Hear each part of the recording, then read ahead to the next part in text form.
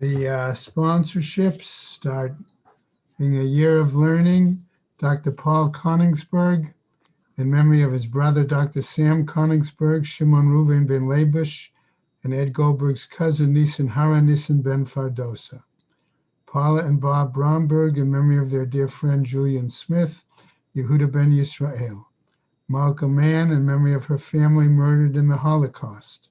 Harav Tzvi Hirsch ben Shlomo Yaakov, Sarah bat Ephraim, Yisrael David ben Harav Tzvi Hirsch. Ephraim ben Harav Tzvi Hirsch, Adia bat Harav Tzvi Hirsch, Miriam bat Harav Tzvi Hirsch, Pesel bat Harav Tzvi Hirsch, Shalom ben Harav Tzvi Hirsch, Shlomo ben Yaakov ben Harav Tzvi Hirsch, Shmuel ben Harav Tzvi Hirsch.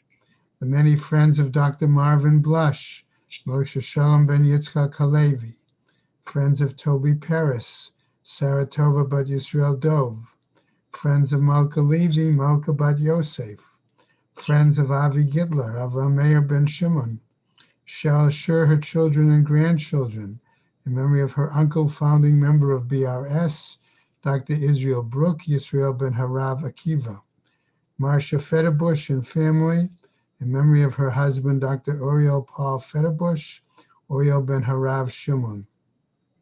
A month of learning, ending today. It's by Gila and Harold Saltzman, in memory of her mother, Eti bat Yitzchak Elchanan. A month of learning by Chaim and Phyllis Reese, in memory of his father, Mordechai ben Yom Tov Lipa. Also Phyllis and Chaim Reese, in memory of her father, Pinchas ben Avraham. A week of learning, ending today by Ron and Susan Podolsky, in memory of his mother, Fredel Bashraga Feivel. A day of learning that is based on today. Actually, that was 11:25. Okay, that was a week ago by Walter and Leona Friedrichs, in memory of his late wife, Sarah bat Chaim Yaakov. That was Day of Learning plus Torah Fund. And then a day of learning today by Honey and Ralph Chaffetz, in memory of her father, Yosef ben Moshe Yehuda. May the Shamas have an aliyah, Kranker Rafia, Velti Yeshir Shem Rataliah, and Lechol B'nai Yisrael, a good gebenched Yar. Okay? Mazel tov to all those who have simchas as well, some nice simchas there. Okay, let's look at the Gemara at Yud Gimel Amud Aleph. We got through a little bit on the top of the Amud, okay, where the Gemara wanted to tell us about the difference in time frames, particularly before sunrise or during sunrise, things like that, okay? And then the Gemara told us, Amar Rav Nachman, Amar Rav, Halacha Rabbi Yehuda. According to Rav Nachman, in the name of Rav, the law is like Rabbi Yehuda, implying, based on the Mishnah, again, that up to a certain time it was prohibited. Then that fifth hour, remember, it was an abeyance. And the beginning of the sixth hour, we have to burn the chametz. Okay, now picking up there, third line on Yud Gimel Amud Aleph. Amar le Rava the Rav Nachman. Says Rava to Rav Nachman, and he's going to question. V'nema mar halacha Rabbi Meir. So let the master say that the law should be according to Rabbi Meir. That in essence, really, you should be able to eat the chametz through the fifth hour, right? The stam or the satam, okay, right? Lan tana kavate, that we usually make a stam mishnah, okay, according to him. Ditnan, as we're taught elsewhere in another mishnah, Kol sha'ah shemutar le'echol ma'achil. So long as the hour permits feeding, But we need to keep in mind that this is feeding animals, ma'achil. We can feed them, which would seem to imply that if you could feed chametz to animals during the fifth hour, why shouldn't people be able to eat it also during the fifth hour and not simply derive hana'ah, okay, some benefit from it, okay? So the implication here is that when is it really not permitted for a person to eat, okay? It's when he's not permitted to feed his animals. So the Gemara says in its response, Hayi lav stamahu. That is really not an anonymous Mishnah according to Rabbi Meir. Mishum de kashya mutar. Why? Because the language of that statement is problematic and that it says permitted. Okay? In other words, if it had been Rabbi Meir, wouldn't the language simply would have been simple to have said, Kol sha'ah le'echol ma'achil, without the word mutar. So maybe the fact that one says it's permitted, okay, says that it's not a Mishnah according to Rabbi Meir. V'nema mar halacha k'Rabban Gamliel. So let's say then, let's take the next part of our Mishnah that said perhaps the law should be like that of Rabban Gamliel. Remember, who divided it up between Chulin for the first few hours, then Hekdesh for the fifth hour, and then burn it. And say, why can't the same parallel apply to chametz, right? Okay. Dahava le machriya. Because maybe we'll consider Rabban Gamliel presenting a view that is midway between Rabbi Yehuda and Rabbi Meir.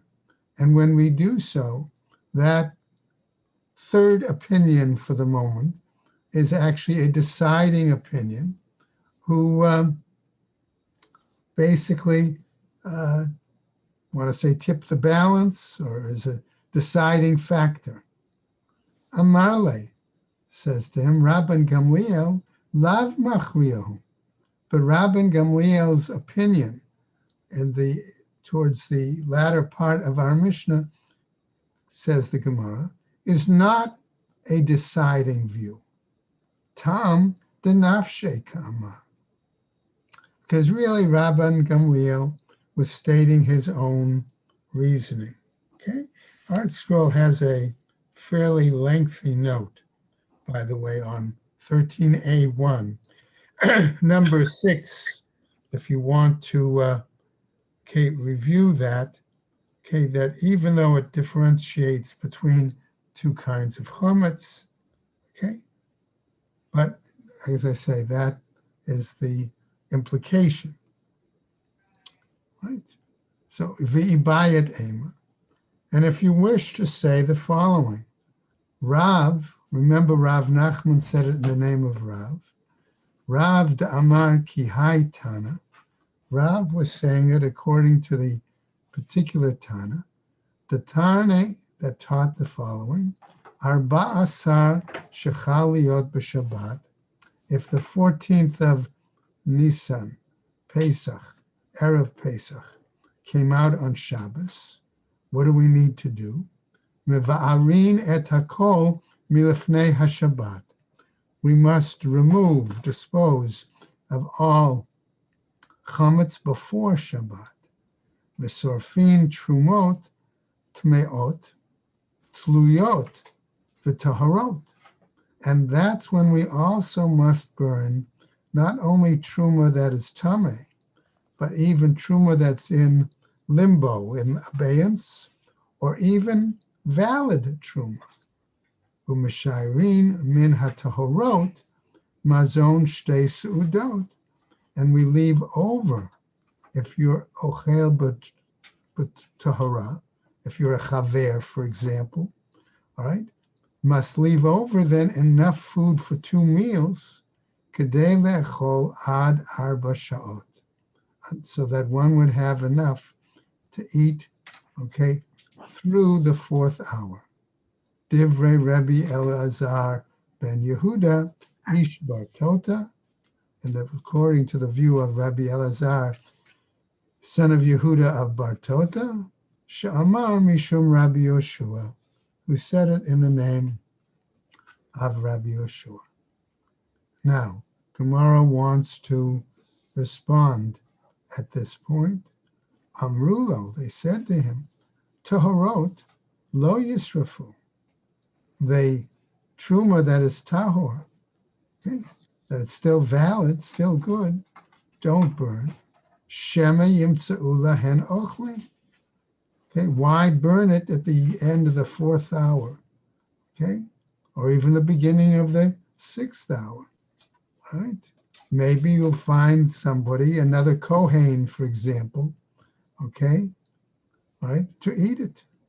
Amar lahem, he responded, Kfar bikshu v'lo matzu, that they already sought out others who could eat that truma and didn't find them. Amrula, they said to him, Shema chutz l'choma lanu. Maybe they slept outside the walls of the city, right? And that's the reason that you didn't find them, right? Amar lehem, and he said to them, the divrechem af tliot lo yisrafu. If that's the case, then even that truma that's in abeyance, that's sort of in limbo, okay? That we're not sure whether it is tahor or not, okay? Shema yavo Eliyahu v'yitaharam, that maybe we need to hold it so that we wait for Elijah to come and make it tahor. Amrulo, and they said to him, Kfar muvtach lahem liYisrael, she'ein Eliyahu ba, lo ba'arvei Shabbatot, v'lo ba'arvei yamim tovim, mipnei haTorah. It's already been promised, if you will, or decreed, perhaps even that far, that Elijah will not come Erev Shabbos or Erev Yontif because of the fact of how much effort it would take people to be prepared. Amrulo, and they said, Lo zazu misham ad shekavu halacha karabi Elazar ben Yehuda ish Bartota, she'amar mishum Rabbi Yoshua. And they did not, so to speak, move from there until the halacha was formulated according to Rabbi Elazar in regards to that particular issue, right? Now, my lav afilu le'echol. So the Gemara now asks a slightly different question. If the law is like Rabbi Elazar ben Yehuda, okay, doesn't that seem to imply that one could eat up till the end of the fourth hour, right? Amar Rav Papa mishmei de Rabba lo leba'er. According to Rav Papa, in the name of Rabba, no, that only applied to the issue of disposing, okay, the truma chametz, not necessarily anything to do with the eating of chametz, which could still be eaten according to the view of Rabbi Meir, right, through the fifth hour. Va'af Rebbe savarla daha Rav Nachman. And so the Gemara tells us not only that, but we have an occasion to say that Rebbe himself supported the view of Rav Nachman, okay? Namely in the following. The Amar Ravin Bar Rav Ada, says Ravin Bar Rav Ada, Ma'aseh ba'adam echad, shehifkid diskya malea chametz. There was once an incident where there was a person who deposited a saddlebag full of chametz. Eitzel Yochanan Chakuka'a. By Yochanan the Chakuka'a, I would just point out just quickly, okay, uh, we don't have a clear translation of that, but usually it implies an engraver of some kind. V'nakvuha achbarim, and the mice pierced through, they chewed through the leather saddlebag, right? V'haya chametz mevatz betz v'yotze. And the chametz then began to spill out of the saddlebag and continued to flow. Uba lifnei Rebbe, and they came before Rebbe to ask him what to do, right? Should they throw out, burn, whatever? All right, is that chametz forbidden? All of those kinds of things, right? What happened? Sha'a Rishona Amar Lo Himtan. The first hour he said, wait. Shnia Amar Lo Himtan. Second hour he told him to wait. Shlishit Amar Lo Himtan. Third hour he told him to wait. Revi'it, fourth hour, Amar Lo Himtan. He told him to wait. Chamishit, the fifth hour of the morning, Amar Leitzei Umochra Bashuk. He told him, go out and sell it in the marketplace. Now, the Gemara has a problem here with this psak of Rebbe's and asks a reasonable question. My lav lenochri, wasn't it not to permit him to sell it to the Gentiles, right? Ki Rabbi Yehuda, okay? As according to the view of Rabbi Yehuda, that namely, one says that the chametz is prohibited after the fourth hour, right? That fifth hour is to be in abeyance. No eating, but no burning.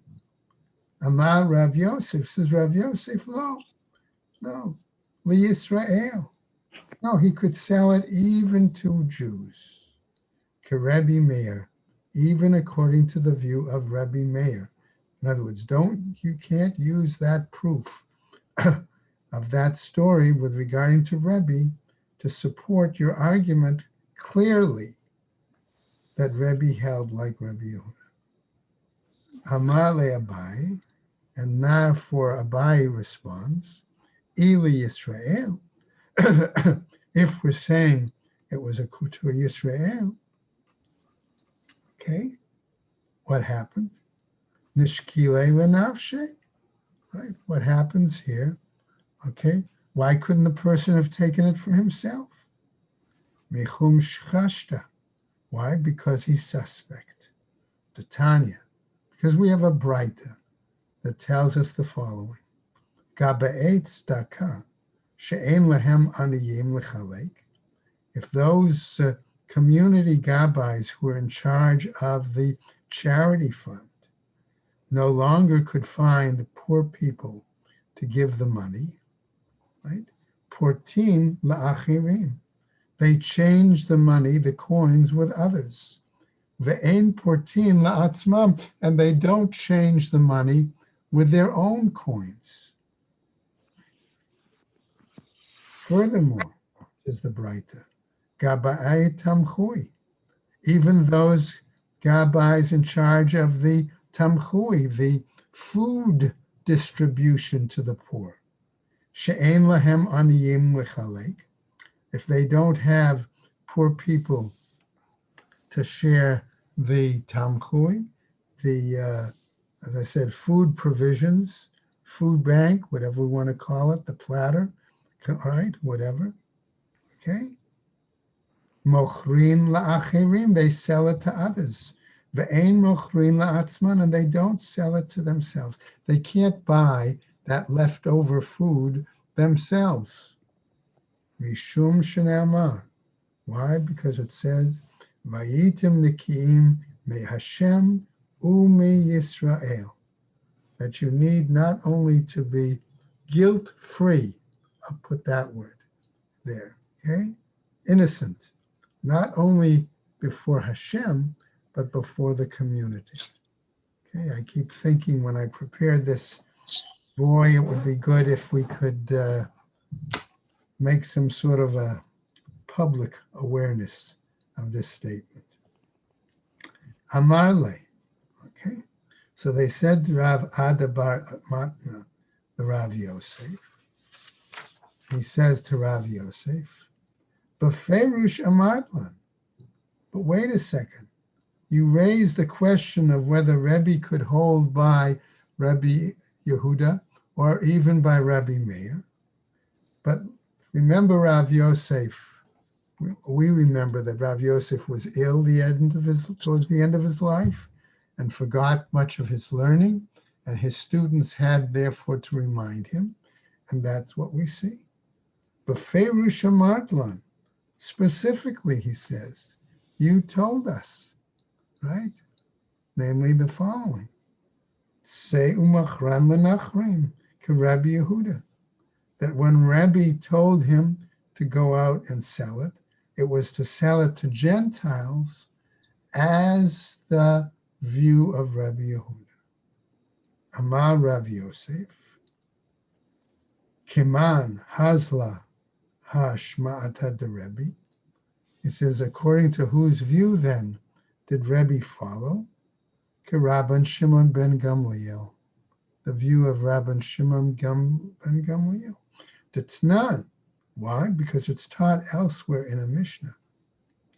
Hamafkid perot eitzel chavero, afilu hein abudin, one who deposits, okay, produce with his neighbor, with his friend, and even when, if something happens to them, they became, let's say, ruined, lo yiga bahem.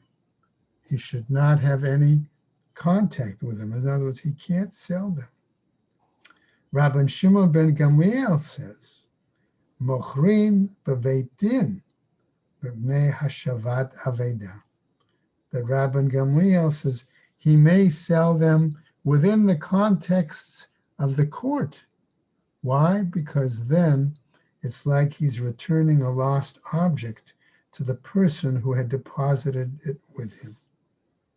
Amar le Abai, and Abai then says to him, V'lav itma Allah, but wasn't it said in regarding to this, Amar Rabba bar Barchana, Amar Rabbi Yochanan, okay, Lo shanu, Ella, they didn't teach this except in a situation, B'chdei Chisron, where it was clearly going to wind up in a decrease, in a loss, right? A depletion. Aval yoter mikdei chisaron. But if it's less, in other words, if it's lower than the standard value of the marketplace for that stored produce, mochrin b'beit din.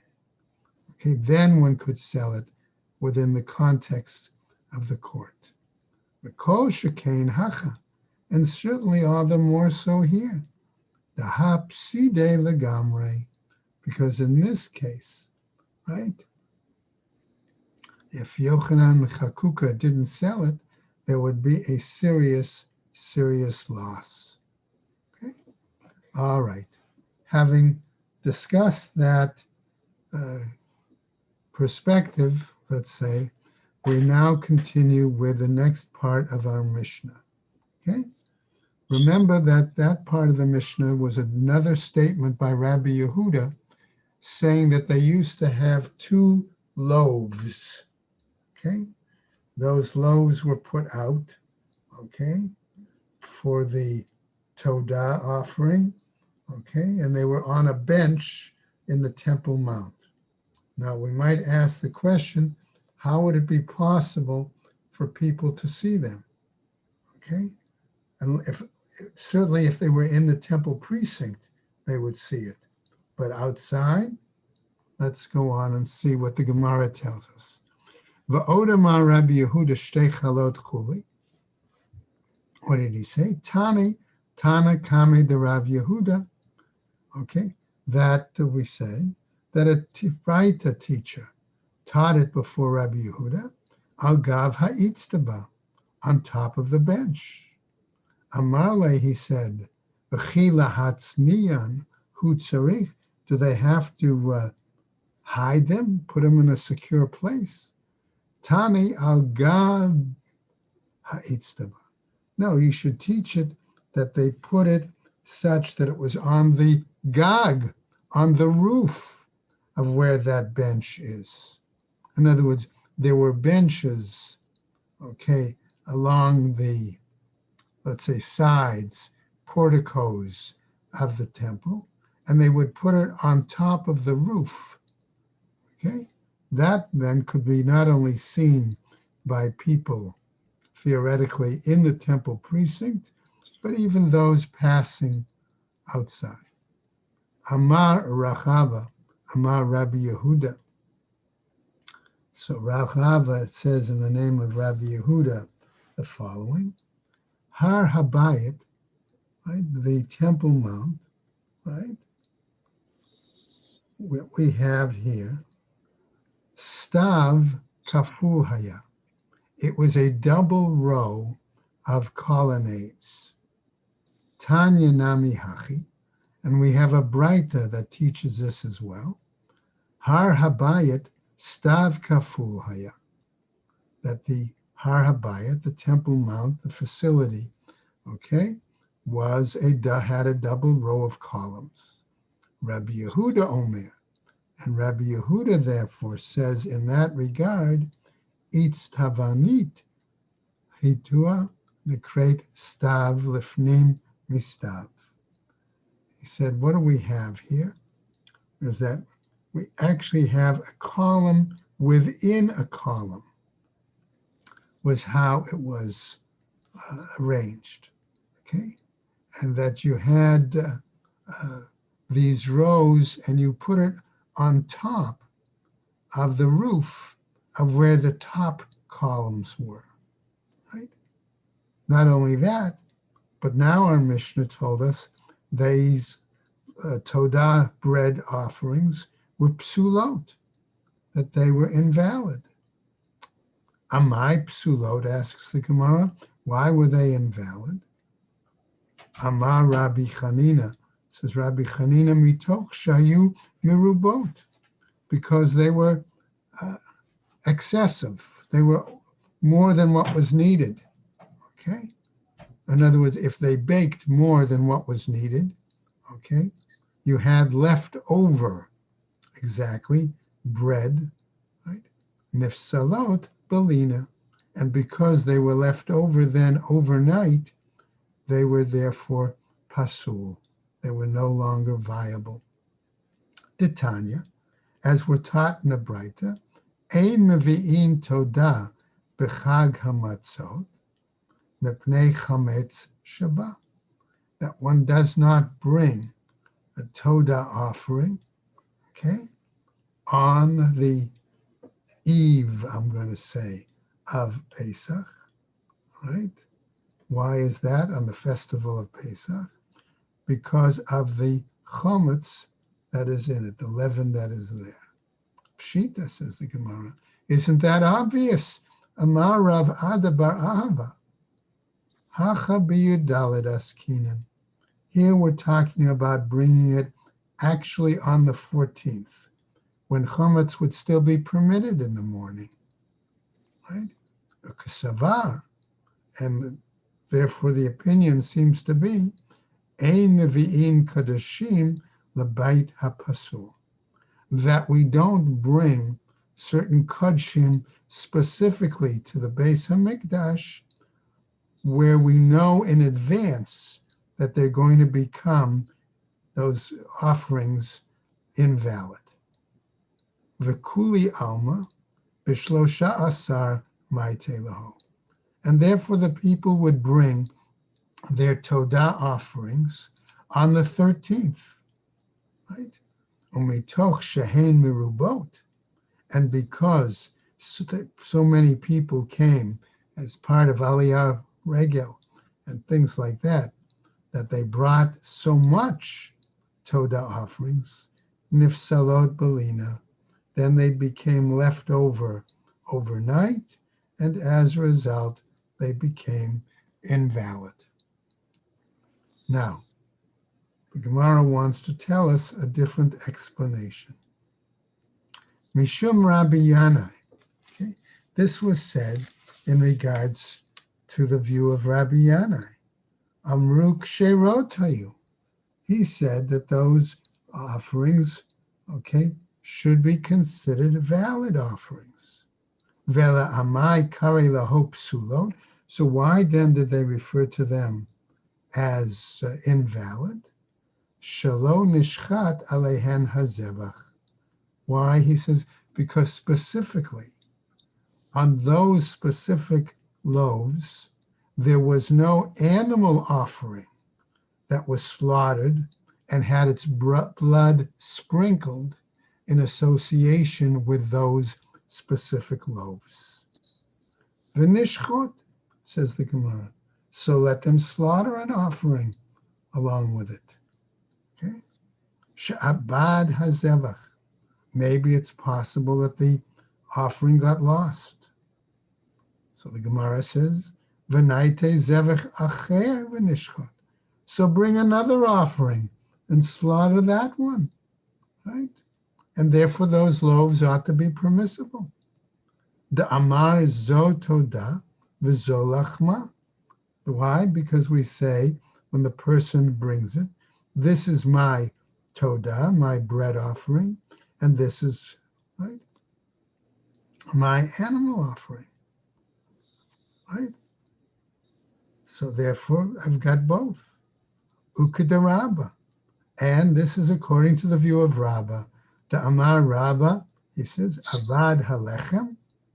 If one lost the bread component, okay, maybe lechem acher. One may bring other bread, okay. Avda toda. But if he lost the animal offering, ein mevi toda acheret. He is not permitted to bring another animal offering. Right? My Tama, what's the reasoning? Lechem halal toda. Okay? That the bread is, so to speak, rolled over by the animal offering. Ve'ein toda galal lechem. But the animal offering is not rolled over, in other words, subsumed under the bread. Okay? So the implication here, right, is that what has precedence? The animal offering. Okay? So the Gemara raises an interesting question now. V'nifrakinhu v'nafkinhu l'chulin. So let's redeem it, okay? Redeem the bread, redeem the animal offering, okay? And we'll consecrate it brand new, okay? Right? Or change it into chulin, and then we get that, we take the money from the chulin, from the sale or whatever, and we buy new, right, offerings. Ela le'olam shenishchat alehen hazevach. But rather, the Gemara gives a different answer. We could say in this case, we're actually referring to a situation where the animal offering was slaughtered in association with the breads. V'nishpach hadam. And what happened was the complete process was problematic in that after the animal was slaughtered and the blood was collected, you remember all this from Chulin, right? That into a container, the blood spilled out of the container. Now, it could have actually spilled on the bread itself. It didn't have to, but it's possible. Ukeman kerebi. And this is according to the view of whom? According to the view of Rebbe. The Amar Rebbe, who says, Shnei dvarim hamatirim. okay, that what we say here, that two of the steps that permit us to consider it a valid korban, ma'alim ze below ze, that we say here, okay, cannot raise up the sacrifice to its appropriate status, one without the other. The Tanya, as taught in the following Braita, Kivsei Atzeret, Ein Mikadshin et Halechem, Ele B'Shchita, Ketzad, that the animals brought for Atzeret, for Shavuot, right, don't sanctify the bread that was brought along with it, except in a situation where they are properly slaughtered and their sacrificial procedures are carried out properly. Ketzad, how could that be? Shachtan lishman, v'zarak daman lishman, that they slaughtered the animal for its purpose, okay, for its sake, and they sprinkled the blood for its sake. Kidesh halechem. Then the bread also is consecrated, is sanctified. Shachtan shelo lishman. If the animals were slaughtered not for their sake, their appropriate purpose. Vizarak daman shelo lishman. Or the blood was not sprinkled for the appropriate purpose for its sake. Lo kidesh halechem. Then the bread that accompanies it is not considered sanctified. Those are the two extremes. Now let's go on, says the Gemara in this Braita. Shachtan lishman, if they slaughtered the animal for its sake, v'zarak daman shelo lishman, but they sprinkled the blood not for its purpose. Lechem kiddush ve'eno kiddush. The bread then is sanctified, but it's not sanctified. What does that mean? It means on the one hand, it's sacred and therefore it's consecrated and can't be redeemed. But on the other hand, it's not consecrated to the point that it can be eaten. Divrei Rebbe. That is the view of Rebbe. Rebbe Eliezer. Rebbe Elazar, but Rebbe Shimon Omer. He says, Le'olam eino kiddush. We say in that situation, the bread is not whatsoever consecrated. Okay? Halechem ad sheyeshchot lishman v'yizrog daman lishman. The bread, okay? Why? And because until it is slaughtered for its sake, its purpose, and the blood is sprinkled for its purpose. That's the view of Rabbi Elazar Rabbi Shimon. Afilu tema, but the Gemara says you might even say according to the view of Rabbi Elazar Rabbi Shimon. Hacha b'mayeskina. What then are we talking about here? Kigon shenikabel hadam b'kos. As in when we said that the blood spilled.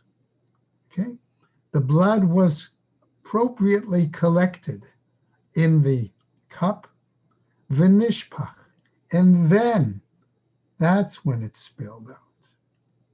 The Rabbi Eliezer Rabbi Shimon savarle ke'avuha, and Rabbi Eliezer Rabbi Shimon holds like his father, the Amar kol ha'omed lizrok, all blood that had been collected and was ready to be sprinkled, kizaruk dami. It's as if it had been sprinkled. Okay. Now, Tana mishum Rabbi Elazar, amruk sherotayu. Therefore, that's why they taught, right, according to Rabbi Elazar, that they were valid.